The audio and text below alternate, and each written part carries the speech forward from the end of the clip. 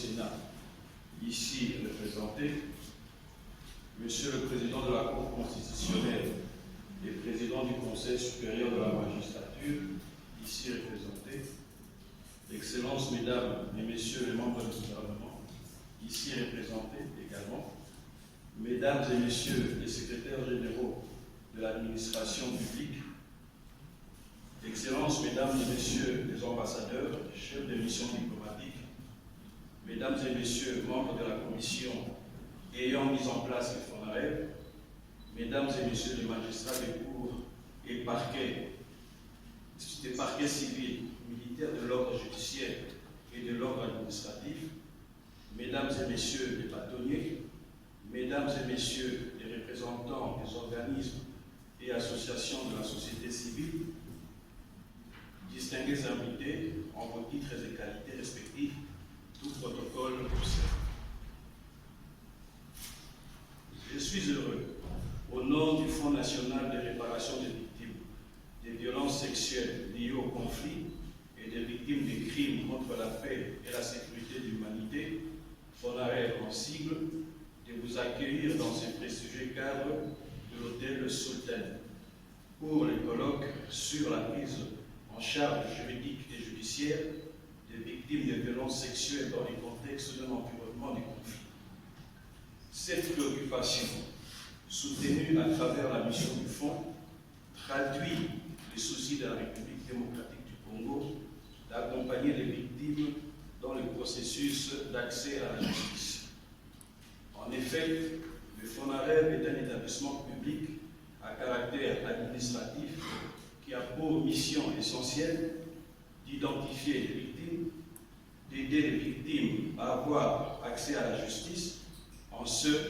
compris le droit à être indemnisé, à recouvrer les dommages et intérêts leur alloués et de bénéficier gratuitement d'un accompagnement ainsi que d'une assistance judiciaire appropriée et d'allouer des réparations holistiques aux victimes. Faut-il le rappeler, le FONAREB tire son fondement de la loi numéro 22, par 65 du 26 décembre, dont l'esprit procède d'une volonté claire du pouvoir public de la République démocratique du Congo, sous l'impulsion de son Excellence Félix Antoine Tshisekedi Tshilombo,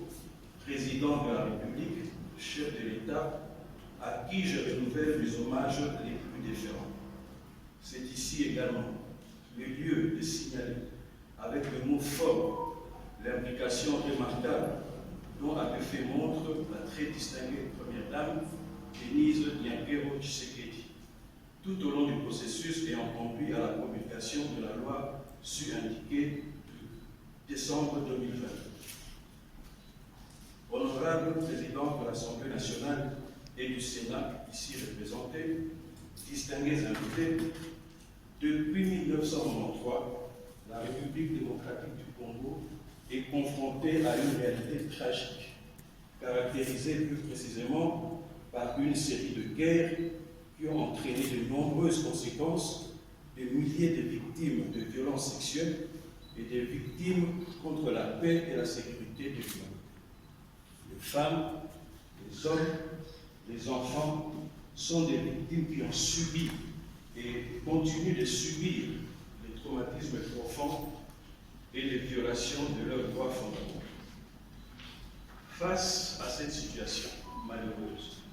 il est devenu impérieux de mettre en place des mécanismes efficaces de prise en charge juridique et judiciaire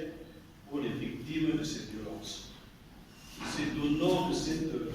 vision citoyenne que j'ai souhaité inaugurer ces colloques, un rendez-vous d'experts, des praticiens de droit, des chercheurs, des défenseurs de droits humains pour discuter des meilleures pratiques et des défis liés quant à la dite prise en charge. Le FONAREB a aligné cette activité avec les objectifs ci-après. Premièrement,